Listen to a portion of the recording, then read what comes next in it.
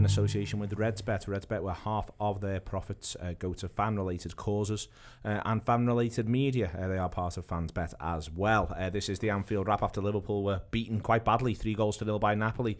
We'll talk a tiny little bit about that, but we're going to start talking about the bigger picture of everything that people have seen through pre-season and the wider ideas. We're going to have a chat about transfers or the lack thereof. We may well get stuck into one or two other things as well surrounding the club at the moment, and it's a big week leading into the Charity Shield. I have with me Adam, Melia, Dan Austin, Ian, Ryan and Chloe Bloxam to talk about all of these matters. So let's get stuck in first and foremost. And it's only pre-season, Chloe. It's right to say it's only pre-season. That's the way it works. But it is worth pointing out that Liverpool not winning a number of pre-season games now back-to-back it's understandable if people start going, not great this, lads. Yeah, it is. I remember watching LFC TV at the start of pre-season, and what they said was in America that, you know, you can go on a run of wins and you can keep that going, but you can just do a run of losses as well. It's very easy to get into the rhythm of continuously losing, and that's what we need to stop doing. It's not, you know, a crisis because it is pre-season. We haven't got our best players back. The team's getting fitness still, but there is a worry considering, you know, the lack of cover we have in some areas and the fact that we're going into the Charity Shield against the greatest team in the Premier League apart from us, which is a bit of a problem when we've lost like the last 4. But I think when the season starts we'll be better. I don't think it's as much of a worry as people are thinking about. But at the same time, I do think that, you know, I understand where everyone's frustrated with the lack of signings and frustrated with the fact of we've gone into this pre-season off the back of a Champions League win, and it looks so far from that team that, you know, they're unrecognisable at times. Ian, Ryan, there's a point here where Chloe says unrecognisable, where what was difficult to watch against Napoli was the shape got worse as it wore on, and you can maybe make that point in a couple of the games that this isn't a matter necessarily just of cutting edge. I think there are other factors in play, and I think cutting edge is one of them. I think having a genuine threat in the front and in the final third pins teams back a little bit more, but Liverpool were getting broken on, I thought, far too easily against Bradford. The shape didn't look quite right then, and it just my worry's not, you know, we'll have a chat in a minute about strength and depth, and I understand why people are worried about that, but my worry's more, there just looks to be a little bit of degradation in terms of what we're good at. We're less good at the things that we're normally good at, and that can't be as simple as saying, well, just have 3 better lads up front. Yeah, I think that's fair. I think, you know, the manager's tone has changed quite considerably over the last couple of games. I think he's seeing a lot of stuff he's not happy with. I think he obviously references the fact that he's missing his front 3, and he's missing Keita, and he's missing Shaqiri, and that's going to have a huge impact on any team, because even the likes of your midfield players aren't going to look as good when they haven't got those front 3 in front of them. So I think there's that. But you're right, Neil. I think the big worry would be how easy it appears to be to suddenly break onto this Liverpool team. There's gaps absolutely everywhere, and some of that might just be rustiness, and it might be things like, again, you know, I've mentioned some of those big hitters in terms of attacking play that are missing, but Alisson Becker not being there is huge as well.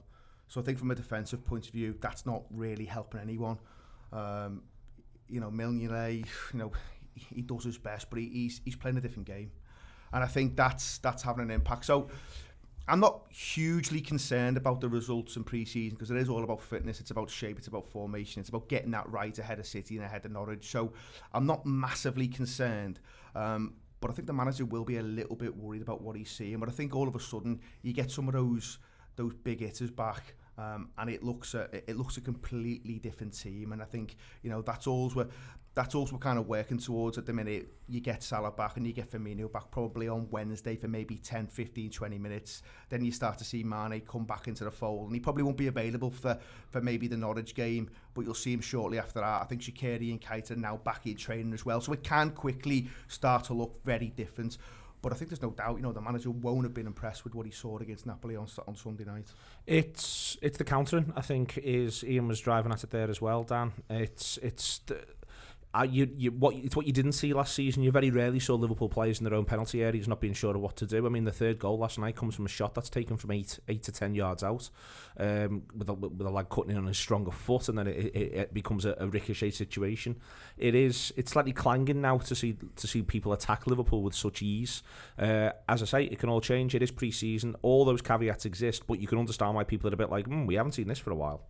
Yeah, absolutely. It's sort of a consequence of Liverpool being so good that when there are clear flaws, even in games that don't matter, people pick up on it and worry that this is going to be the thing that makes the team unravel, or means that we're going to have a less successful season this time around. I thought the most interesting thing that the manager said yesterday was he described the pre-season as strange, which I think is him sort of toning himself down, because they have done it in quite an odd fashion, I think.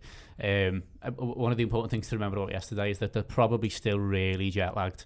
They've come back from the USA not that long ago, have done plenty of flights. I couldn't count how many it would have been by the time that they've gone there, and loads of them have come back from international tournaments or certainly holidays as well.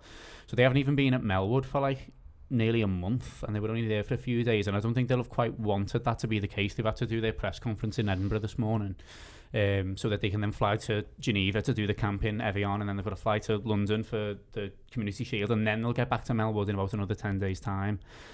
So I think the sort of schedule of it really hasn't lent itself to what the manager would have wanted. I think you can see in the fact that they organised that Schalke friendly and then had to cancel it, that maybe not so much foresight went into the planning of it, but that's totally understandable because the team was in a European Cup final, and that takes everyone's mind away from, what are you doing in July and August and whatever. But I think in terms of last summer, when it felt like everything was forensically planned and we had those 4-1s against sort of smaller clubs in the north before they even went away, and they got to train at Melwood for a significant period of time, I think that's what he ideally would have wanted. I think the fact that Liverpool are playing these two finals and have always got to do the tour abroad has hindered things a little bit this time, and they've played on a collection of pitches that aren't actually football pitches and haven't looked suited to them whatsoever. So I do really understand why people are concerned about the way that they've been playing, and they do look like they're doing things that they wouldn't normally, but I think there are so many caveats to it that basically he does the real work in Evian.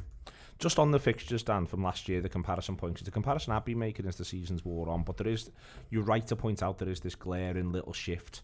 And it is the Charity Shield, actually. I think it's the Community Shield, for instance. When we played Napoli last season, we have the Torino game lined up, but it's effectively with Saturday the 4th of August, rather than where that one was, which was Sunday the 28th of July. So it's a week later. It's the weekend where the Community Shield will be. Yeah. On the 28th of July is when they play Man United in Ann Arbor, in Michigan.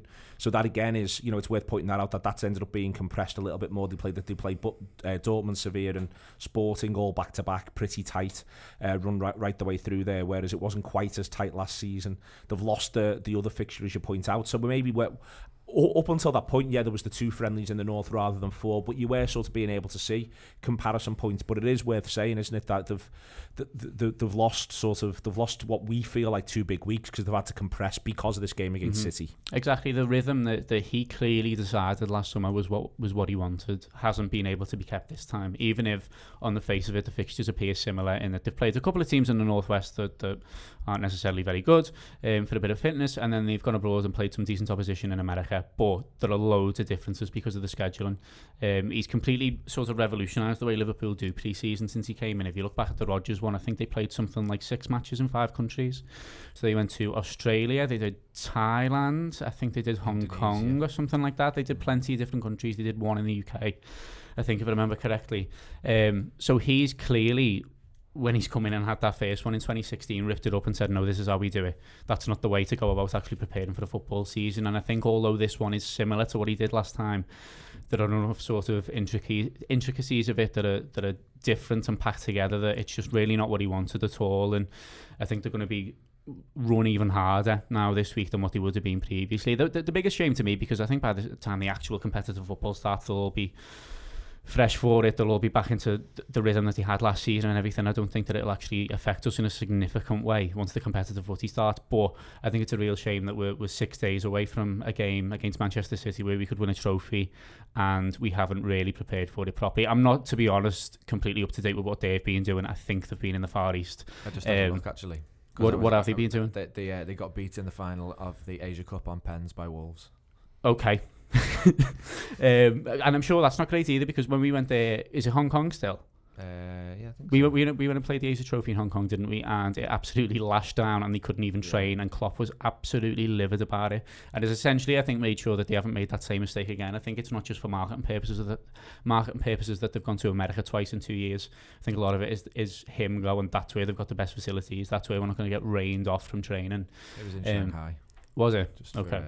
For, But it's you know, regardless of what City have been up to, it is a shame that we're going to go into that game, and obviously we'll be without players because they played international tournaments and stuff, but that we've been on this poor run of form and results. There's been a lot of chat of the injured and the absent through this, Adam, and I think there's, you know, it isn't just the front three, as has been mentioned. There's the goalkeeper. There's also Keita and Shaqiri, and I think both of them would be able to offer a little bit more in these sorts of pre-season friendly games. And I know that sounds, I'm not saying the players only for pre-season, but for instance, you know, Shaqiri did well in pre-season last year, got some attention, even though it wasn't like he was bounced into the first team off the back of it. It is, you do sort of feel for them, for the side as a whole, that they are effectively 5 players for the front, let's say 5 positions shy at the moment, and that's why there is a little bit of a question mark around cutting edge. You know, it's easy to say maybe we need to go and buy, and we're going to come on and talk about that. And I would argue I'd like to see Liverpool dip into the market. I don't think they will, but I'd like them to. But you know, you throw those 5 players in, and also for them themselves, with an eye on the new season, I suspect they would have liked to have had 4 weeks with the squad. Well, yeah, and I remember having this conversation last summer actually, because Sturridge had a good pre-season, and we had sort of had that chat. Is Sturridge now a going concern, or is he one of the pre-season lads? And I do think the pre-season lads, it's not very it's sort of damning with faint praise, but there was a strong sort of pre-season team, which does feel like it's been eroded a little bit this year. Keita, Shaqiri and Sturridge with the business. Keita, Shaqiri and Sturridge, and Lallana as well. Did Lallana make any appearance yesterday? He got out. Yeah, he got 20 minutes. Did he? Sorry, I've only watched the highlights of yesterday. But yeah, there is that, which again, as we've sort of talked about, with you know the winning of the European Cup and things, and the whole squad feeling part of it, because they are this team that plays against the proper team, or like you know, day in, day out. And I think that you can see when you do take out a few of those ingredients, that second team becoming a little bit threadbare looking. And what impact that has, we don't really know. I think the impact you can see, and I think it's what everyone's touched on, and you can see it over the course of last season as well, is which ingredients, which building blocks, which parts of like the spine you can take out, and which you really can't. And I think, as Ian said, Alisson is a big miss. I think Firmino's a massive miss as well. You saw when Firmino goes off at Old Trafford, I just thought we were crap then for the next few weeks. And you know, that was a vital part of the league campaign. So much as I think, you know, Mane was the best attacker, and you know, Salah's obviously Salah, Firmino coming out does mean that team doesn't function as well. And I think on the goalkeeper question, I do think, as Ian said, you know, I don't want to dig into the Mignolet thing too much, but it's almost like not having an Alisson, or like an Alisson light style goalkeeper, I think is a bit. I do think it's a bit of a problem, to be honest. I think that it's, you know, if we're trying to get the kids teams to play in the same brand of football as the first team does, I think when you lose your number one goalie, and the number 2 goalie plays a completely different style, I do think that's a bit jarring at times. And I do sort of think it's something that we should have looked at, but you know, we are where we are. So yeah, I think there does feel like there's been. Yeah, it feels like we've got the foot off the gas a little bit, and you don't know whether it's going to be an issue or not. And I think with the truncated pre-season, as Dan's pointed out, it might not. It might be part of the plan, but. There's a position skill sets thing, and I think that's partially what Adam's referring to there with Mignolet and Alisson. But I think you can throw at the other end of the pitch, Chloe, as well, where one of the things that I think has been difficult for them. I thought that Wijnaldum did well against Sporting Lisbon in the front 3, and he did play more of a front 3 sort of role against Napoli, it became more sort of 4-1-4-1, which is the worst of the formations. But there is just 4 lads not knowing which one they join. Which one do I help now? That's what genuinely that's how it looks to me, and I'm almost certainly wrong, and football experts would explain to me why I'm wrong, but I've never seen a 4-1-4-1 alike. There is something that happens where, without getting into almost when Alden and Oxlade-Chamberlain yet, Chloe, where you can say Alisson and Mignolet have got distinctly different styles. I think Origi's had a good pre-season, but he does not play the game like Roberto Firmino, and he's never going to. He would look better with Roberto Firmino, and I think that's what I don't think helped against Napoli. There was no outball, there was no one able to genuinely show. Yeah, I mean, I love Origi, and I want him to stay at Liverpool, and I'm so glad he signed a contract, but compared to the gap between him and Roberto Firmino in not just, his ability and talent, but also the work rate that he puts into the game is so different. There's times where I've watched pre-season and you've got Chamberlain running with the ball and you're thinking to yourself, go on, make a run in behind, but instead Origi just stops right in front of him and just gets in his way, and it's like, use your football brain, make that run that he's asking you to make. And I think what you find in Roberto Firmino is he somehow always does the simple thing, but it's always the correct thing. He'll know where to move, he'll know when to drop. I think Origi is more of the style who, you can ping a ball up to him, he can control it with his back to goal, and he'll bring other players into the game. But I think Firmino just does it all. He can hold play up, he can drag the lads forward. He always makes it, even in and around the box, his position wise is always incredible. Where Origi, sometimes you just don't, he's like on right wing and you're playing up front, mate, like why are you so far out? See, I think sort of maybe Origi, kind of the way he looks, maybe fools you into thinking that his best attributes would be kind of like the battering ram at the very sort of peak of the flying V, sort of like the frontmost attacker. But I don't think he is. I think he likes to tuck in and, like you say, sort of pop up on the wing. I thought last season he did his best work when he was left wing Origi, and he just that he'd come on and do that, and it wasn't what you expected to start with, but I thought that was when he was his most effective. And the thing that Firmino gives you that Origi doesn't is not just sort of physical bravery, but the bravery to be that the player at the apex of it, that's prepared to take those risks and do the one touch thing that you need to do, because it's the place on the pitch where you've got the least time. But Firmino's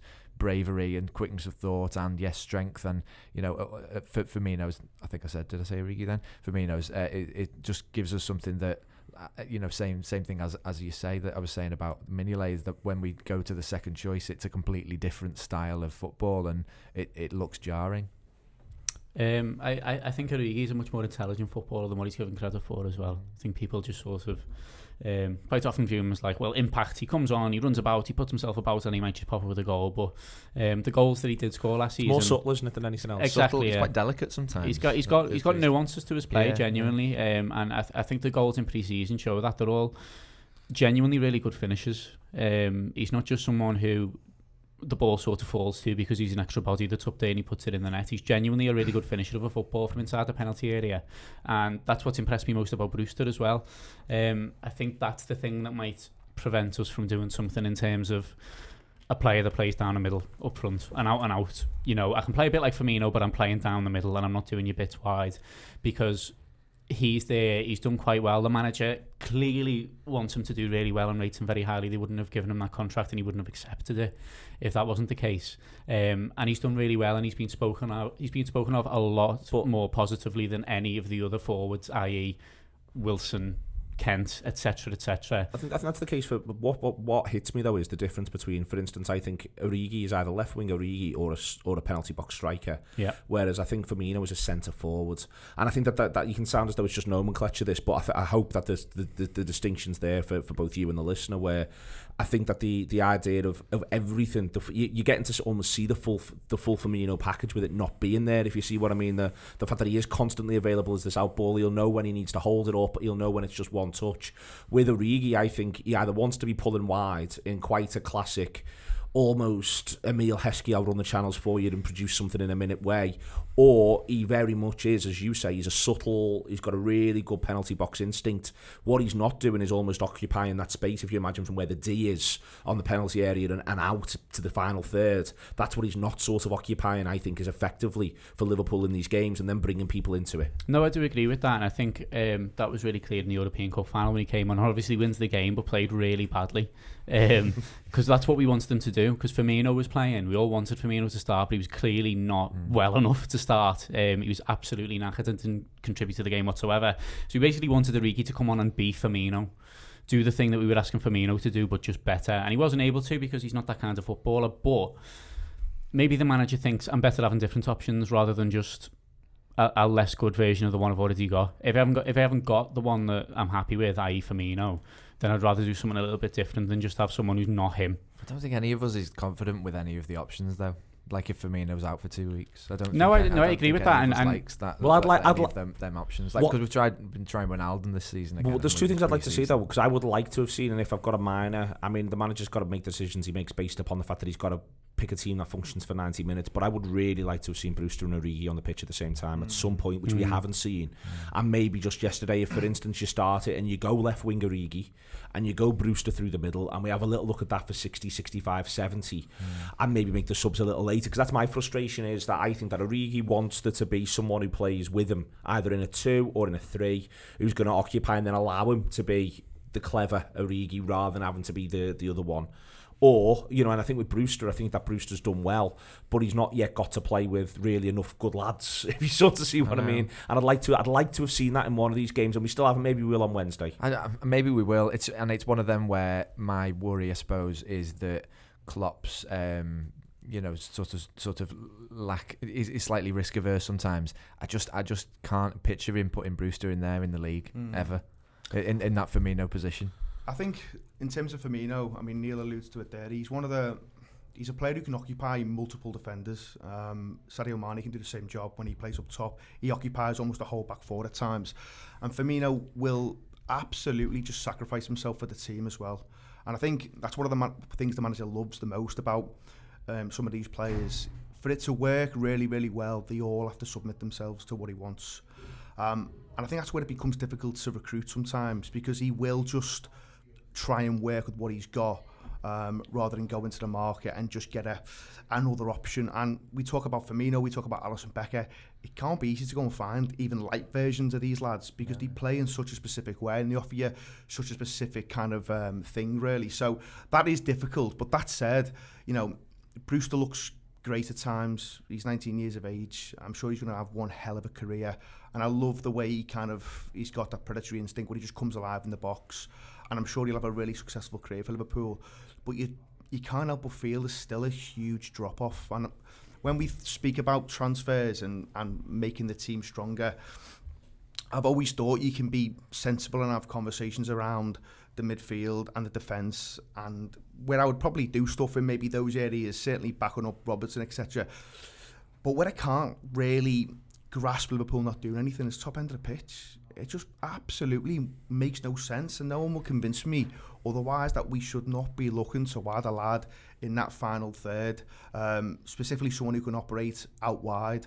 I just think, given the summers that the big hitters have had, your Manes, your Firminos and your Salahs, the fact that they can't start the season, and I'm not saying you buy someone just for that reason, but given we're going to have another intense 9 months on the back of what we've just had, on the back of a really busy summer for some of these boys, I just felt it was absolutely imperative that we backed up that front three with another player who you could rotate and feel comfortable that if you're taking one of the other lads out, you can put this lad in and it's going to be okay, because the drop-off is not huge. What we don't get to see is Brewster in training every day, and he could be absolutely flying where the manager goes, you know what, I don't need to waste any money because he's going to be great. But I don't know whether Brewster can operate in wide areas. It looks like he's more of a lad who operates in the confines of the kind of width of the penalty area, but maybe they are doing stuff with him out wide as well. But that's the area where you think Liverpool had to do something, and maybe they still will, but a lot of them, those come out of the club, suggest they're not going to do anything at all in the transfer market, which I think is hugely disappointing, to be honest. On the Brewster in the league thing first, I think he will play him in the league fairly consistently, mainly off the bench. Just to clarify, I didn't. I think I said ever. I just meant ever this season in the Firmino role. Okay, is what I meant. I think he might well do. I think certainly in the games at Tranmere and Bradford, his link-up play was really good. He combined quite well with the central midfielders, if not the two either side of them. But I think a lot of that is to do with the two either side of them. Kent and Wilson not being very good necessarily. But it's important to remember, I think, that we all thought this about like Trent getting that game at Old Trafford, thinking, bloody hell, he's only doing this because of the injuries and everything, and he'll be another 2-3 years away from playing, and here we are 2-3 years away, and he's won a European Cup and played in another final, and Klein's, probably not going to play for Liverpool ever again, and none of us would have ever thought that. And Brewster also probably would have been playing at least some first team football for Liverpool for a year now if it hadn't been for the injury. So he's almost, in a sense, he's a year ahead of what we picture him to be, because we've only started seeing him now, but they've had him in their plan for a year longer than that. So I think that's important to remember. I think basically he's Sturridge. I think he'll play a similar amount of minutes as what Sturridge did last season. I don't think he'll get many starts. Enough minutes? Say that again. Is that enough minutes? With an eye on the fact that last season, for instance, Salah, Mane and Firmino all played more than any of the midfielders apart from Ronaldo. Okay. So what I'm saying is, to use Ian's point about being able to rotate them, they've had a lot of workload, all of that sort of stuff. If Brewster just matches the minutes that Sturridge got, then we can maybe from that deduce that we will be saying that Salah, Mane and Firmino will get a similar number of time on the pitch. To not get injured as well. No, what I was going to say was I still would also buy another one. I don't disagree with that. I would look to buy a right-footed left-sided attacker who can play down the middle as well, would be my preference, because I think we're all right on the right. We've got Salah, Chamberlain can do it, Shaqiri can do it and still do the cutting on the left foot thing. Mane in theory could do it, but we haven't got another Mane. So we've got Mane for the left. Origi does a little bit of it, but if you've got rid of Sturridge, might be needed a bit more down the middle. So I think we can rely on Brewster and Origi between them to do a fair bit down the middle and do it quite well. Not in the same way as Firmino, but I don't think that footballer is available for us to go and buy. The proto Firmino that comes off the bench, etc. Don't think it exists. So you box yourself down the middle between Origi and Brewster. You have two footballers that are at least different options and maybe have strengths in different ways. And then the other one that I would do is a right-footed, left-sided attacker. There'll be ones of them available. I don't know if the club is like actually interested in any of that, but that's the one where I think we would benefit most from a player, and preferably they could do a little bit down the middle as well if Firmino was injured and we wanted to go with Salah and Mane either side, and then this lad could do the middle. There probably aren't many footballers like that. I don't know if any of them then would be available to Liverpool. And sounds a bit like Coutinho, to be honest. From what not quite that. I don't mean somebody fast. Yes, basically someone who will run with the ball a bit quicker, not someone who's looking to hold onto it and shoot from distance. Basically, I think the player that I'm thinking of is Ziyech of Ajax. And I'm thinking a lot of the goal he scores against Tottenham in the game that they eventually get knocked out in. But that kind of footballer where he's really, really quick, he's got a good goal scoring and assist record, and he, in theory, can play all three of the positions, although he's more left-sided. I think that's what I want, and it suits our style of play. I really did one for Kia last season, but I can see why. I'm not getting into the whole why has he gone to Pettis thing, because I can't be bothered, but I think it's interesting that we've never gone back in for a player like him. So last summer when it became clear that his knee was made to play, though, he didn't go, all right, we'll get this other version of him. They didn't do it in January and they're not doing it now. I think that might be because they've realised over the course of the season, or the manager's gone, you know what, I don't actually want that player, because that would have changed the balance a little bit, and if I've got to accommodate him, that means like my midfield's a bit less functional, or maybe I've got to drop one of these front three a bit like a bit it was deeper. When we had Coutinho. Exactly, yeah. I think he's maybe sort of gone, actually we're better off without that player, which makes me think that yes, a Coutinho type or someone like that is probably the last thing that we'd want. A really belting forward, I'm all in for, but someone who wants to dribble with the football a lot and not really a fast pace and shoot from 20 yards, I don't think we're interested in. The stats on long shots are really interesting. It's gone down something like 10% or somewhere between 5 and 10% every single year the Klopp's been here. So I don't know what a long shot is defined as. I think it's from outside the area. So something like 50% of Liverpool's long shots were taken from outside the area when he came in, and it's now around 30. And every single year it's decreased quite significantly. So I think we're very much getting away from that kind of footballer. The plan is have a midfield, they can get it to the forwards, get them somewhere in the box, and they'll put it in the net. And therefore a fast lad that can get past defenders and is a good finisher, I think is ideal, and that's what I would like us to buy. I'm not sure that they will, though. Yeah, I'd say the player that you were kind of describe and who we played yesterday was Insigne. He looked very, very good. He's very small, very pacey. He's got a right foot. He always cuts in from the left wing on his right foot. It's how he scores the first one. It's how the third one's made, I think. It's solely by him. And I think the up top, you know, we can deal with Shaqiri and we can deal with Chamberlain on that right wing, but it is Mane where you've got absolutely no one who can do that type of role for him. So I think we do need a left-sided, you know, winger, and I think someone like Insigne could do a job for us because I think he fits our style of play, getting in behind. You know, he can cut in on his right foot and shoot, but I also think, as well as, you know, our top three, I think we need to cover the fullbacks mainly for the work rate of what they have to do in every game. Now, a fullback, you're expected to go forward more than you're supposed to defend. For every defend you do, you've got to go forward and attack with it. And I think, you know, I think we've got something like 10 games in December alone with that cup that we're in as well. So I think we do need cover for these areas because you can't play every single player every game because it will drain them. And then what competitions do you leave them out of? What competitions can you play them? Can you play them at 80% and get away with it in this league? Or do they all have to be at 100% and be fit as anything? And I think cover for left back and right back's important because if Robbo gets an injury and he's out, yeah, you can put Milner there, but he's not going to offer he's not going to offer going forward a lot more than Robbo is, obviously.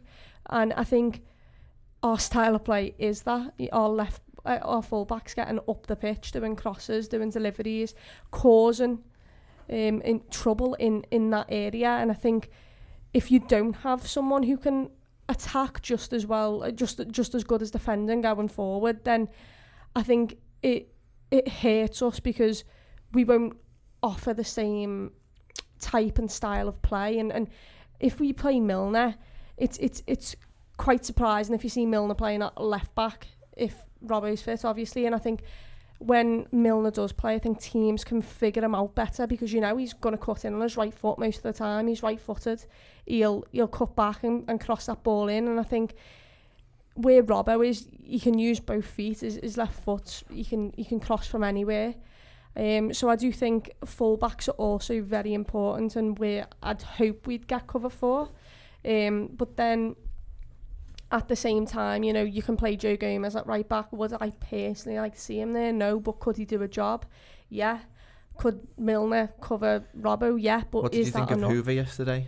I really actually liked him. He's the one you haven't mentioned. Yeah, it was him and Harvey Elliott was the two that really injected something into the game and gave it a bit more life and was probably the best two players on the pitch all game, and they only played, 20-something minutes. So I do think that he'd be good. My only problem is he's extremely young, and to come into a Premier League season and maybe play your debut at that age, even though, you know, Trent did it at maybe 17, 18, it's the likes of, you know, if you do have a bad game, can you come back from that? Can you physically, like, at that age, can you have a bad game like Trent did and then come back and do unbelievably and get the most assists a fullback's ever got? And I think it's whether we need to develop him more now or if he can slot in and do a job. I think what's been interesting over the last week or so is maybe the tone coming out of the club. So if you think 8 weeks ago, John Henry's talking about, you know, we missed out in the Premier League, but we're going to invest over the summer to make sure we give ourselves the best opportunity to go and win it next year. That's one thing he said. He backtracks a little bit on that over the kind of, you know, following days, etc. But Jürgen's given a number of interviews over the last week or so, whether it be Mel, Sky Sports, The Echo, where he's talked a lot about money or lack of it. And he said things like it's not our summer for doing significant business. When he was pushed on the Coutinho thing, he said that'll cost big money, and we haven't got big money this summer. We've got to pay the bills was another phrase he used as well. And I found that interesting because, you know, when David Ornstein talked about Liverpool only having a really limited budget to spend this summer, I think everyone just dismissed it. I think he talked about Liverpool would maybe do something about 20 million and that was it. And at the time I remember thinking that surely can't be right. And I get the fact that there's there's bills to pay. You know, people will suddenly be on better contracts. We will have to pay bonuses. There's a big new stand to pay for and stuff. But even with all of that, you know, Liverpool's kind of revenue, when those things get released in early next year for 18-19, I'd be surprised if Liverpool on top 5 or top 6 in revenue. It must be over 500 million quid. They'll have got nigh on 100 million just for winning the Champions League from the TV money. You know, the very worst side in our Premier League gets £100 million from the TV deal. So it doesn't really add up that we haven't got money to spend in this market for me. And I know you've got to obviously, you know, you've got to pay your bills, as Jurgen says, but even with all of that, I would imagine Liverpool have got, if they needed to, the ability to go and get money to spend on a player, but it doesn't seem that there's a huge desire to do that, which is maybe, I don't know, it worries me a little bit, because I think if you were competing with anyone other than Man City, I think with the squad we've got, you could go, you know what, we go again.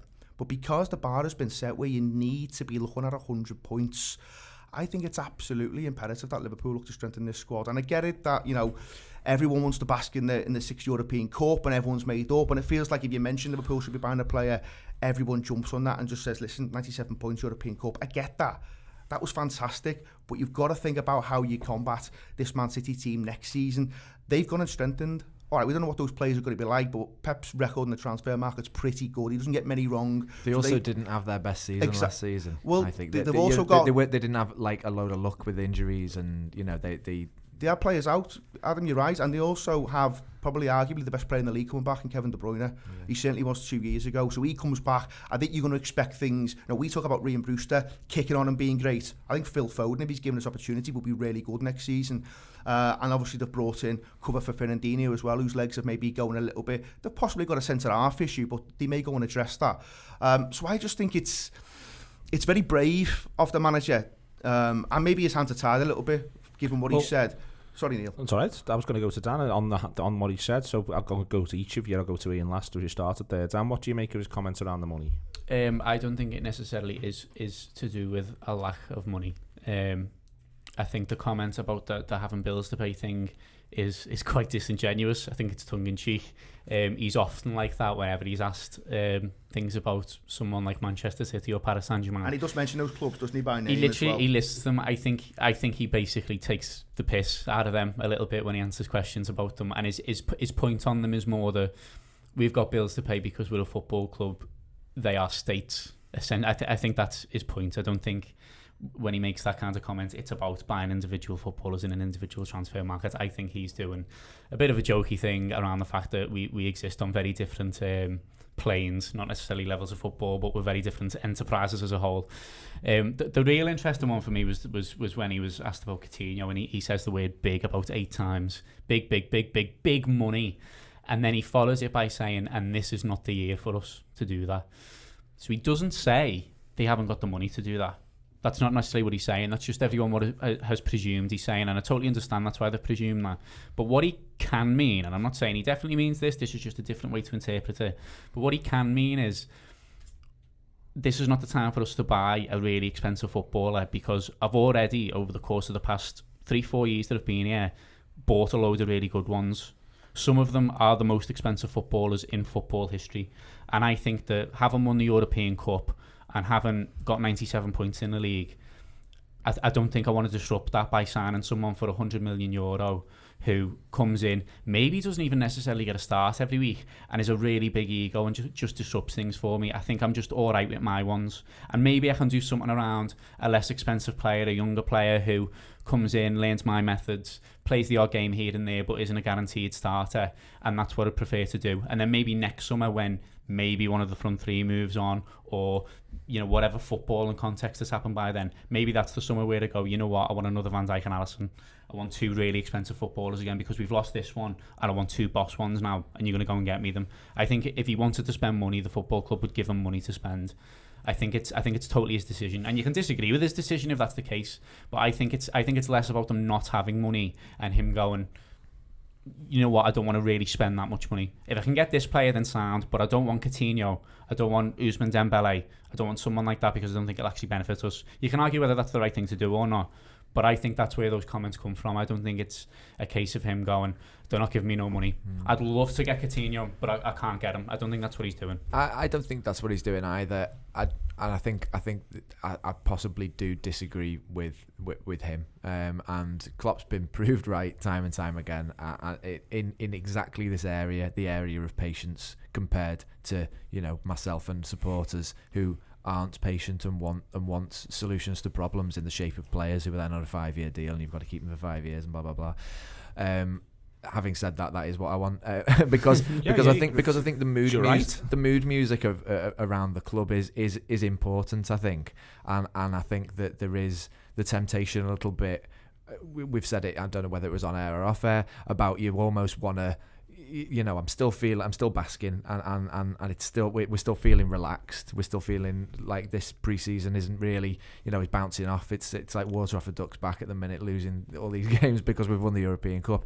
But you can't write a season off, and if there is that sensation, like there is with the supporters within the club at all, that this is fine, it's all right because we've just done this, and next season, like you said, Dan, and you're not the only person to have said it. I know Neil, you said it as well. Next summer might be a big one. I don't like that, to be honest. I don't like the idea. Have you interviewed with him yet? It's all right if you haven't. Yeah, no, I have. And he jumped at me like insofar as when I was in the room, and I don't know if you saw the video. I'm not saying he didn't. I was about to say he jumped down my throat. He didn't. He was perfectly nice all the way through. But when I said more relaxed, having won the European Cup, he had no time for that whatsoever. No.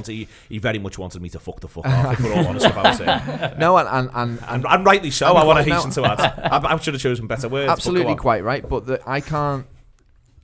And I think he's reiterated that he doesn't want the European Cup spoken about once pre-season's over. But at the same time, you sort of can't help that mood music a little bit, or you can start a new project, and that's what we haven't done, and that's what worries me. I can't shake the feeling that had we lost the European Cup final, we'd have signed someone.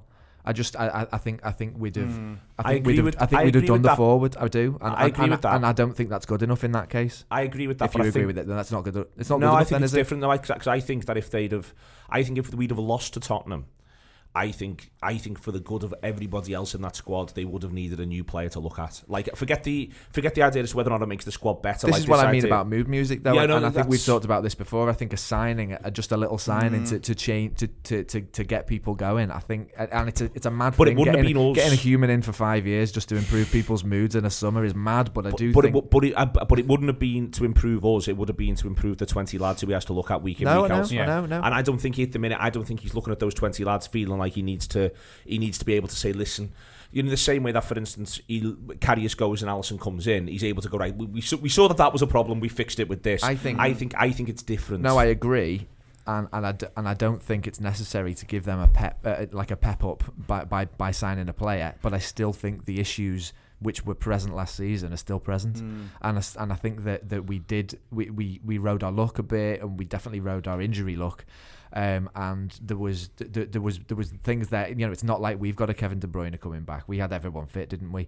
Well, the manager's sitting here saying half season Joe Gomez, Alex Oxlade-Chamberlain, and Ryan Brewster. Okay, but they're not big Kev. Don't get me wrong, top red Kev De Bruyne. I think we might be banking on. I think if it is that, then we're banking on. You haven't mentioned Keita then, but we're banking on Keita, things that are not known. I think Gomez is a known. I think Gomez will be brilliant this season. Some of those lads don't, Adam. I mean, a lot of our boys, and maybe you could throw Kevin De Bruyne into this as well. They have got a checkered history with injuries. Yeah, no, that's the risk for me. There's a lot of lads in our squad. You just don't know whether they're going to be available or not. But Chamberlain's never been able to stay fit. But that would also be my big Kev point now as well. So when you were all saying big Kev before, I think that big Kev is now 6 and 1 half dozen the other.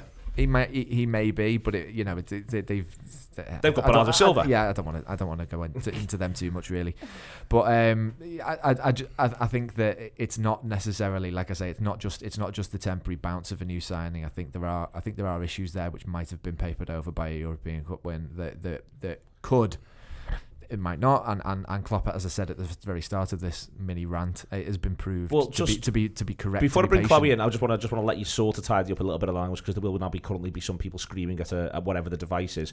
Papered over is a little harsh on a European Cup winning 97 points. There's crack. I mean, every football team, I would argue, in history papers over a crack or two. But to say papered over off the back of 97 points in the Champions League, if you want these people to shout at you, that's fine, but it's up to you. I'm giving you the opportunity to say, don't shout at me. I think I do. I think that we have not. Stick to your guns. I don't think. No, I am sticking. No. I'm gonna stick to my guns, because I don't think we've got. I don't think we've necessarily got all the ingredients to say we can be pretty confident of a 95+ point season again. I still think that we. Okay. I still think that there was enough there that you could say that you just can't bank on them as knowable things, and that's what you should be trying to do. You should be trying to be the best team in the world, and that means improving every season. I think now, we're over the rebuilding stage. I think now's where you actually kick on. You've just won your first title under Klopp. It's the biggest title you can win. Now's where, instead of going, oh yeah, we still need to sort these situations out, we're actually just looking for squad depth and reinforcement and seeing, if I can give him a rest, is this player available and good enough to go and do a job for us? And I think, for me, that's where it's frustrating with this whole transfer window, because it's not like I want a 60 mil player in like Rodri to go straight into our team. I just want cover, but like a cover where the gap between our first team and our sub isn't so drastic, and this player can come on and can be a game changer. And I think now we need to push on, because we're not rebuilding, we're not building a foundation anymore. We've got it in stone. We now just need to bring players in to cover other players so that they can rest and we can still go on and win games. And I think in football, in this business, if you take your foot off the pedal and you don't reinvest and don't bring more players in, you can easily be left behind, because every year more teams are improving. On the money question, Ian, do you think that there is money to spend and he's choosing not to spend it, or do you think when he talks about having to pay the bills, etc., do you think that that's legit? I think there's some money there, but whether it's enough to go and get the player Klopp wants is another matter. So when he was asked about Gareth Bale, and he says something like, if you've got enough money, you can always go and improve. So he does say that. But I think we already know it's incredibly hard to play for this manager. I get that. And that's why there's some people paid very, very well to go and find these players, because it is a difficult thing. We know how much he puts into personality as well as ability, etc., etc. But I think, no one's talking here about wholesale changes. I think people are just thinking about, adding one or two quality additions. So Neil, we had a discussion not long ago on the gutter, and I remember Ferguson in 2008, after they've won the European Cup, he goes and does a little bit of business. He takes Tottenham's best player to supplement what he's got. He takes Dietmar Berbatov, and he's got lads coming through like Welbeck and Cleverley who he thinks I can just drop in now and again. And I thought we'd have a similar summer to that, go and get a big hit at top end of the pitch, and that probably gives us enough, I would say. I think there's also something around, in 2005, I always thought we didn't capitalise off the pitch, and my concern is now, 2019, are we capitalising on the pitch? This is the sweet spot. This is when the whole of Europe has stood up, sat up, took notice of Liverpool climbing back on their perch again. There's lads who would literally crawl over broken glass to play for this club, and I think now is the time where you pull the trick and you go, what? You know what? Maybe there's a bit of succession planning there. You're thinking 12 months ahead. So when you talk about Berbatov, and I think it is an interesting comparison, when you talk about Berbatov's succession planning, because he knows Ronaldo's going. Of course he does. It's the summer of 2008 where he says he wouldn't sell Real Madrid a virus, and he knows he's going to sell Real Madrid Cristiano Ronaldo in the summer of 2009, but he says that in the summer of 2008, and Berbatov comes in because if you actually look at United's transfer business in the summer of 2009, they bring Owen in. Owen comes in, they do Antonio Valencia, but they don't really do anyone else. They actually don't win the league 09-10, it is worth pointing that out. But it's not like he's got a raft of business that he's got lined up for that following summer, having let Ronaldo go. Yeah, absolutely. And don't get me wrong, the manager, it will always be said, of course he knows far more than any of us. That goes without saying. But there's no manager in the history of football that gets everything right. You know, people will make mistakes. So I think, you know, the beauty of these shows and why we have them and why they're so good is that you can debate these things, you can challenge. That's what it's all about. As fans, we should be having these kind of conversations. It doesn't mean we're being negative. I just think it means we want the best for the club and we want to see us kick on. So I think that's totally fair. So I just think, you know, if Dan's right and the manager's just absolutely choosing not to do anything, then it becomes very difficult for him to have those conversations around December where he goes, I've got too many games. Well, you had a chance to bring in more players to help you with getting through some of those games. And I get the caveat of it's really hard to buy for this football club, but that's why the people who are there because they get paid incredible money to go and find those players. So it's hard to know what the truth is, I suppose, because there's different things coming out of the club. But you would absolutely hope that there's money to spend. Because I think, you know, if you are going to go and hopefully get close to 100 points again, it feels like, as Adam said before, you're going to need a little bit of luck along the way. And we don't like talking about luck because we always want to think about maybe the bad luck you've had to say, well, you know, if we'd have had this, it would have gone better for us. But we did get a fair bit of luck last year. It has to be pointed out. And, you know, I just want to mitigate some of the risk, and some of the risk is around, you know, those front three lads staying fit. You know, if one or two of them come out of the team, then that's where you suddenly see a problem. And I think we've got the perfect opportunity to go and solve that right now, but it doesn't feel like we're going to do anything about it. Dan Austin, then I'll wrap it up. I think we've pretty much all agreed then that we would like at least one footballer, and I still think that they might well get one, to be honest. I just don't think it'll be, you know, a really well-known, expensive footballer that we've all heard of and know is good. But who then do we actually think, quickly before we go, like, but who do we think they should actually be getting? So I've said left-sided, right-footed attacker, and I agree. I'd still quite like a short-term fix at left-back, even though he doesn't really do short-term fixes. The only outfield one he's ever done at Liverpool was Clavan. But I'd quite like one because I think right-back's all right. There's plenty that can do right-back. There's Fabinho, there's Milner, there's Gomez, there's Trent. I think Haver's really good already as well. I think you might use Oxlade-Chamberlain there if you had to. I also think that's a possibility. Yeah, so I think right-back's all right. There's loads of them. Left-back, there's only really Robertson. I don't buy Gomez at left-back no more. I don't like Did Gomez 4 games there and was awful at Old Trafford, so I'm not really buying that. So I would quite like a short-term fix at left-back, even though I think it's unrealistic. So they're my two, basically. And not very expensive forward that can do a couple of different bits in this left-back. What do you actually want? I can see us not getting a left back, and I think he might think he can do Hoover there, and he could do Milner there, and Milner. I'm not going to say paper over cracks, but Milner solves a lot of problems, doesn't he? And he keeps doing that, and I think he keeps making that decision not have to happen. But you can't have Milner as solving all your problems. No, I know, because he can't be a centre mid or right back and a left back. So you have to put him. He has to be the second choice somewhere, but not everywhere. I think he might decide that Hoover's the second choice, but I think if Hoover had to have a run of games, that he'd quickly end up being targeted by teams, and I think that might cause a problem. But I can imagine him saying we're not getting a left back because of that. And I was just thinking along the lines of what Ian was saying, who would we get? Who would be a Berbatov? And Richarlison was the one who came to my mind. So don't know. I think Richarlison's a really interesting one, in that I do actually think we missed the boat on him last summer. Richarlison, and I'd rarely say that, but I do think that if we'd have got him last summer, he's someone who can do a bit at number 9 and can do a bit coming off either flank. Yeah. He's the profile of footballer would be spot on. Yeah. I think he's a good player, Chloe. For left back, I'd probably say someone like Grimaldo. I can't even remember his name. Grimaldo, I think it is, something like that. He's Benfica's left back. Someone who knows, you know, you're not going to get a lot of games, but I think he's fairly young and he looks promising and he looks good. So that, you know, when even though Robbo's still young, you know, even when he maybe chooses to go elsewhere, you've still got this young kid coming through. So I'd say him. And for left wing, I don't really want Insigne, but I'll put Insigne there just for the fact of he fits our style of play. He's pacey. So I'll say them two, but for left back, I'd probably go Grimaldo. Yeah.